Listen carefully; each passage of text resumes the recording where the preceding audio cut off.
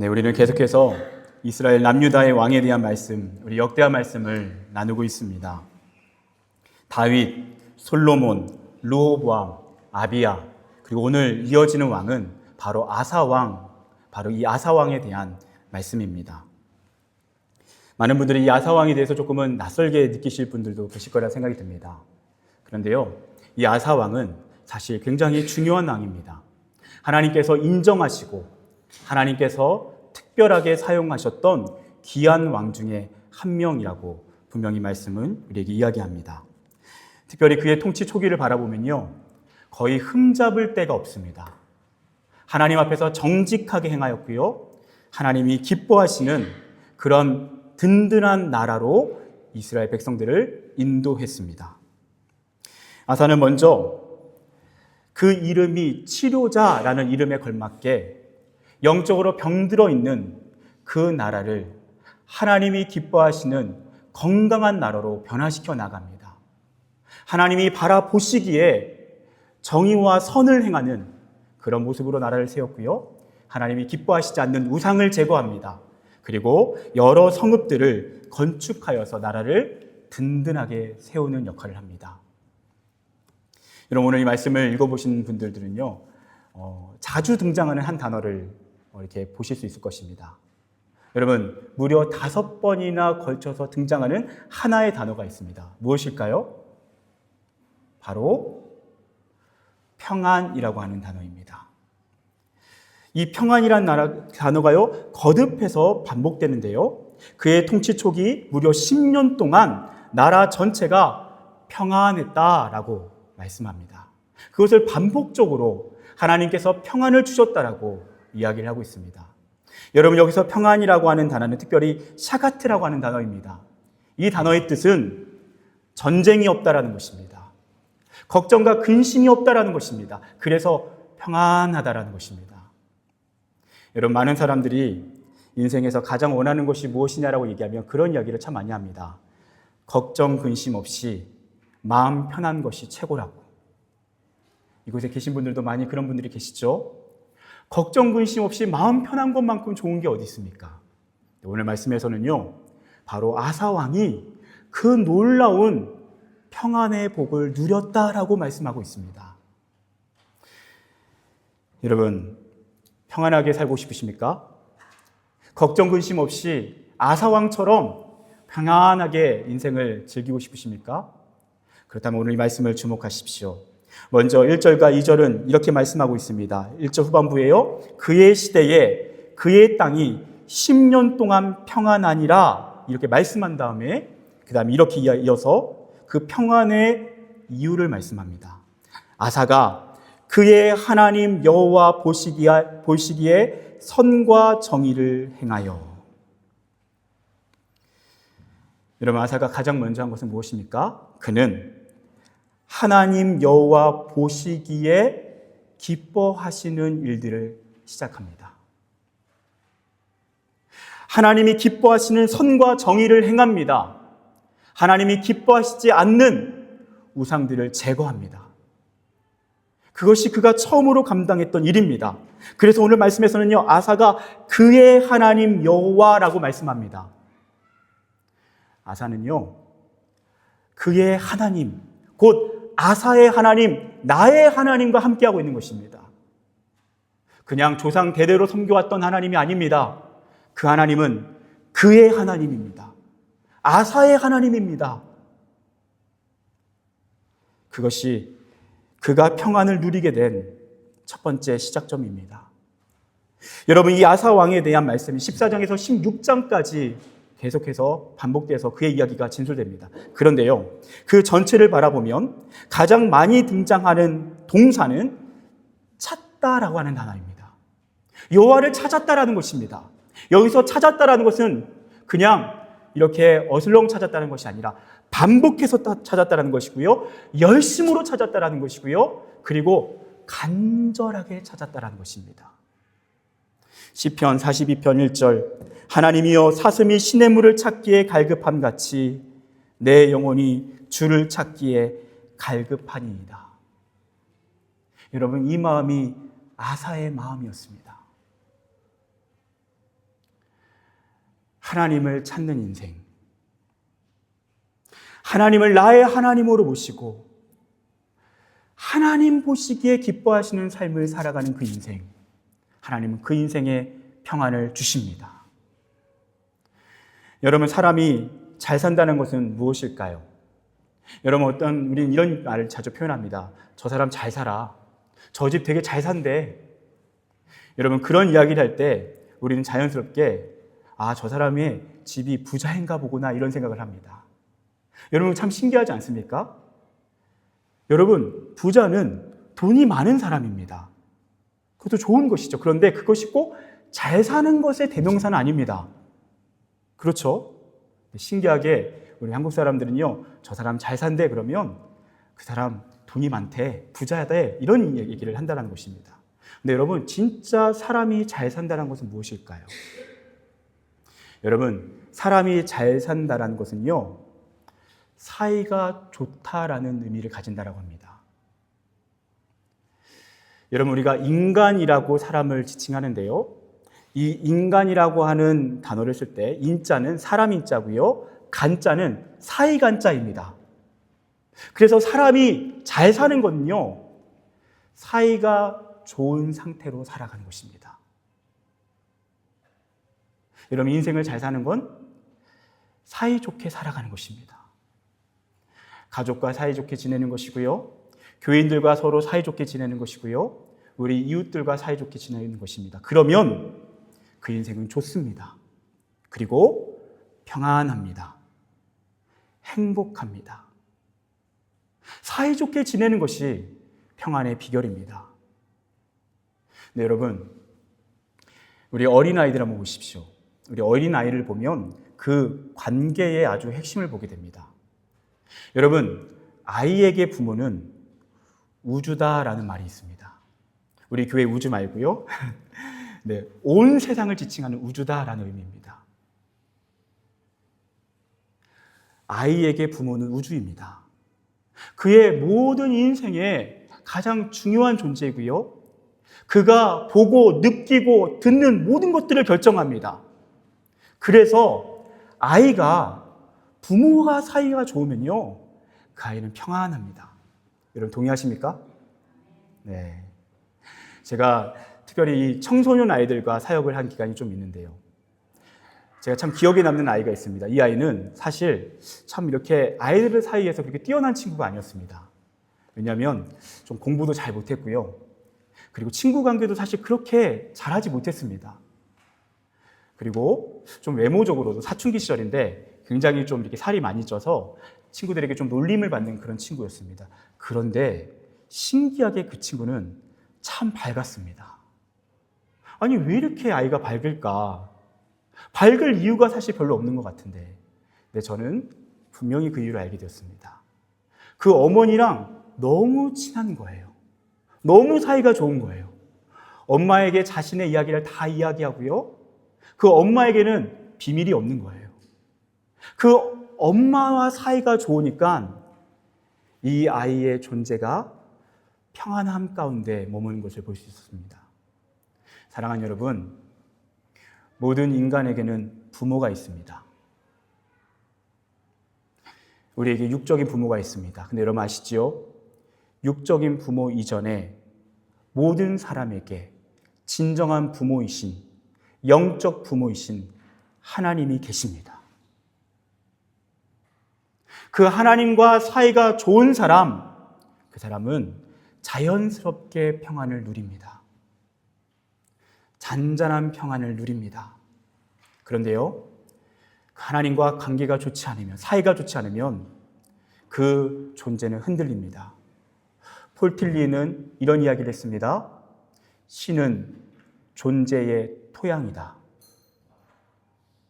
아무리 모든 것이 완벽해도 그 존재의 토양이신, 모든 사이의 근거가 되시는 하나님과의 관계가 흔들리면 그 인생의 토양이 흔들리는 것입니다.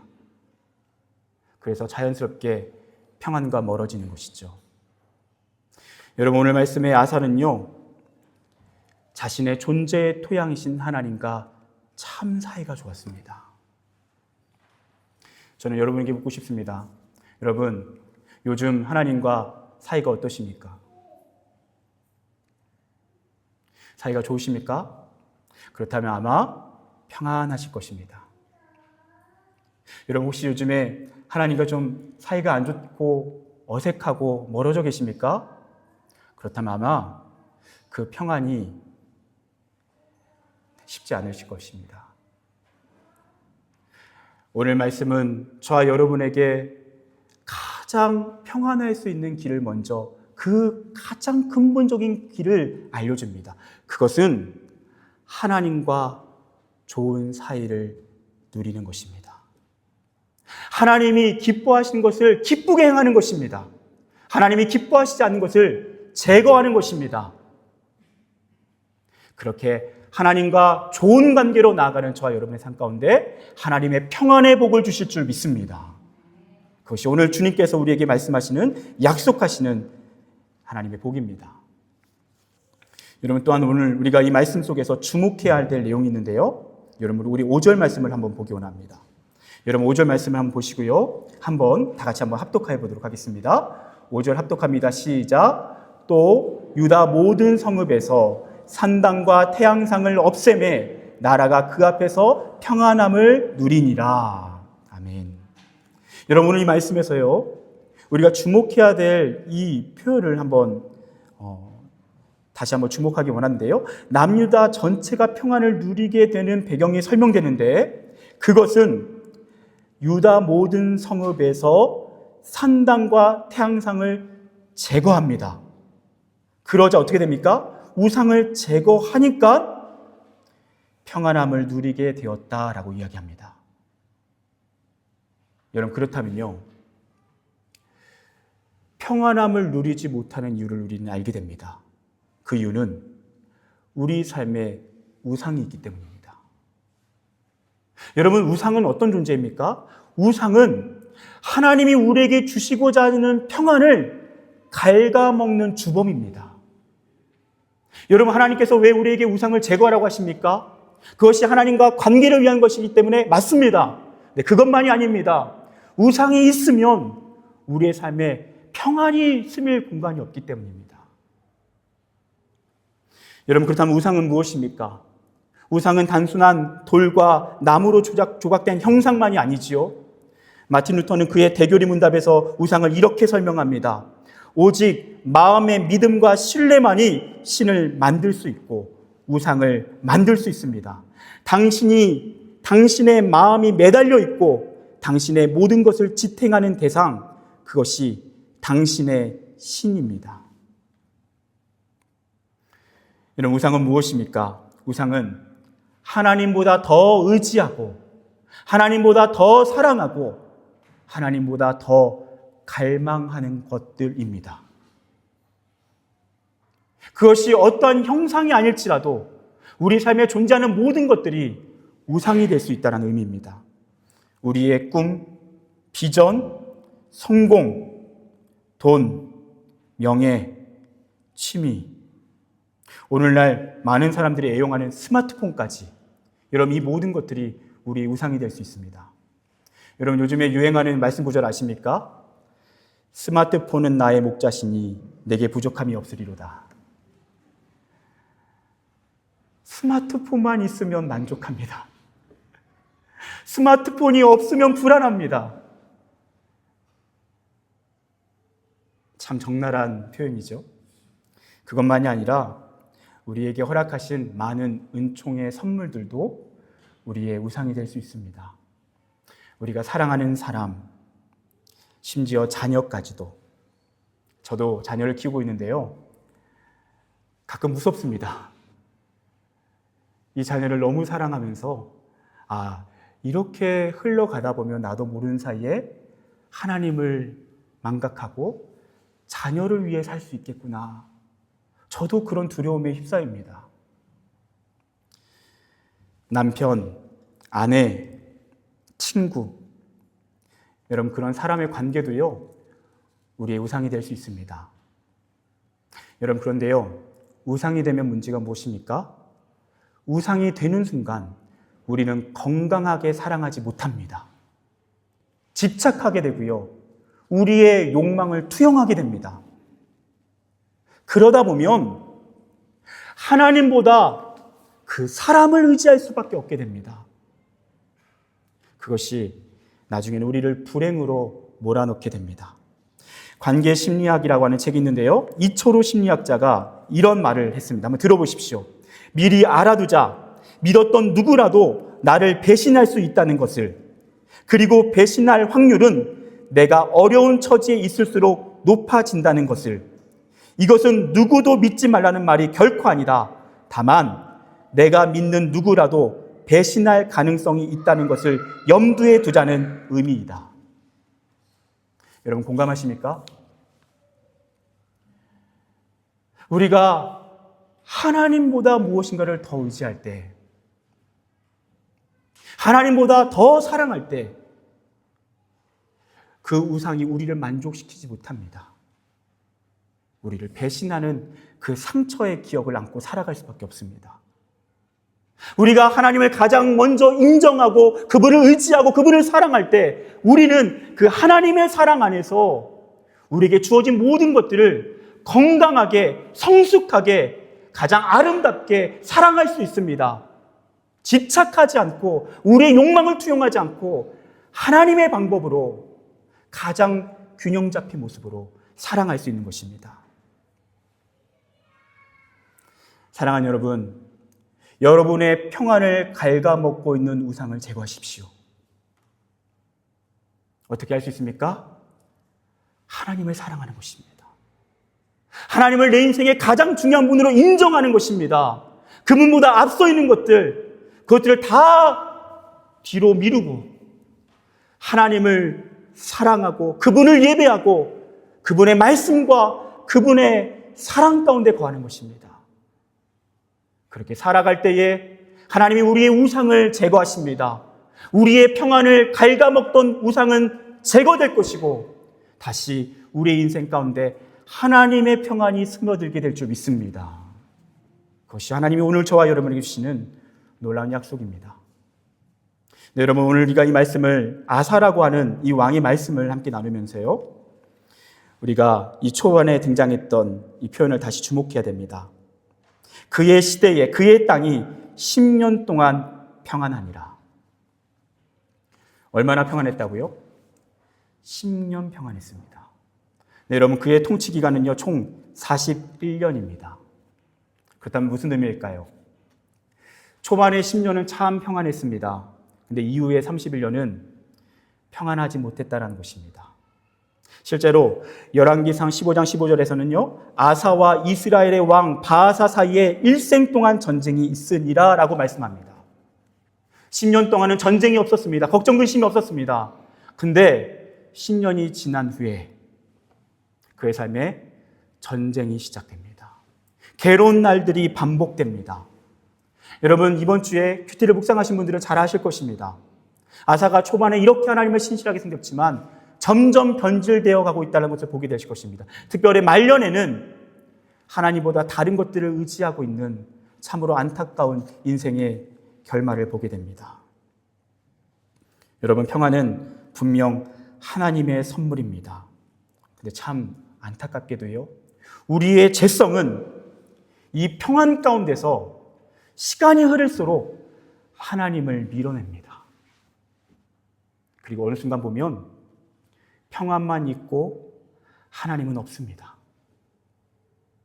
그러면 생기는 문제가 무엇입니까? 그때부터 나태, 방종, 그리고 넘어짐의 시간이 찾아옵니다. 여러분 우리가 잘 아는 왕 다윗 왕은 어떠한 삶을 살았습니까? 그는 그야말로 가장 아름다운 신앙의 모델로 살아갑니다. 그런데 그의 인생의 전쟁이 줄어듭니다. 평안의 날이 찾아옵니다. 왕으로서 더 이상 전쟁에 나가지 않아도 됩니다. 아합에게만 지시만 하면 그의 군대는 어딜 가든지 승리를 거두었습니다. 네, 바로 그때 그가 평안할 때, 그에게 여유가 찾아오고 걱정 근심이 없을 때 그는 밤중에 거닐다가 목욕하는 여인을 보고 그 여인을 범하고 맙니다. 언제 이루어졌습니까? 평안 가운데 이루어졌습니다. 평안은 죄가 없습니다. 평안이 잘못이 아닙니다. 하나님 없는 평안이 잘못이라는 것입니다. 사랑하는 여러분, 오늘 이 자리에서 나는 평안 가운데 살고 있다. 나는 요즘에 걱정, 근심이 없다. 여러분, 너무 좋은 것입니다. 근데 한번 생각해 보셔야 됩니다. 그 평안 가운데 하나님이 함께 하십니까? 그렇다면 그 평안은 참 복된 것입니다. 근데 여러분, 그 평안 가운데서 이제 내가 프랑스에 적응이 됐고, 이제 어려움이 없고, 이제 나름대로 문화도 언어도 이제 익숙해졌다.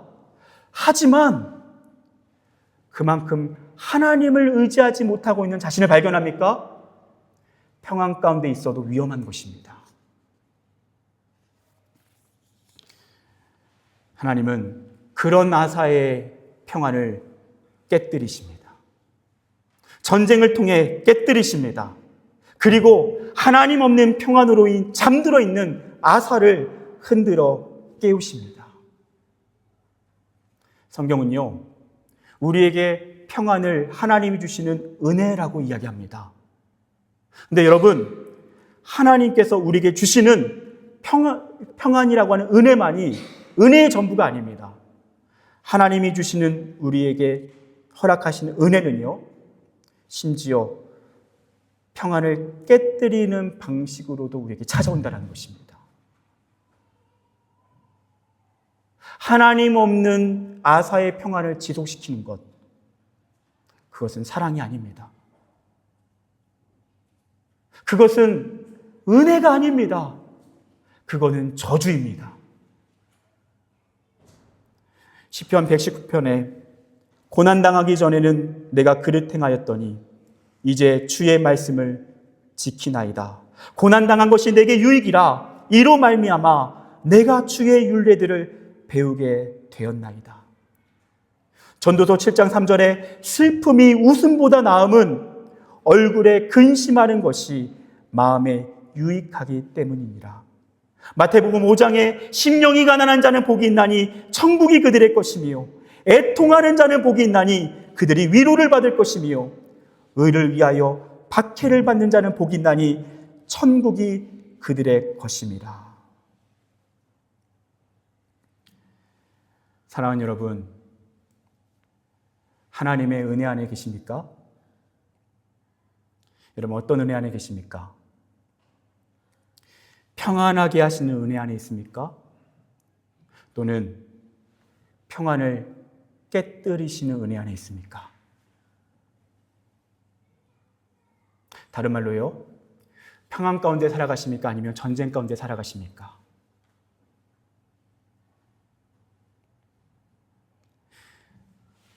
여러분, 걱정하지 마십시오. 걱정할 필요가 없습니다. 오늘 이 자리로부터 다시 하나님과 좋은 사이로 나아간다면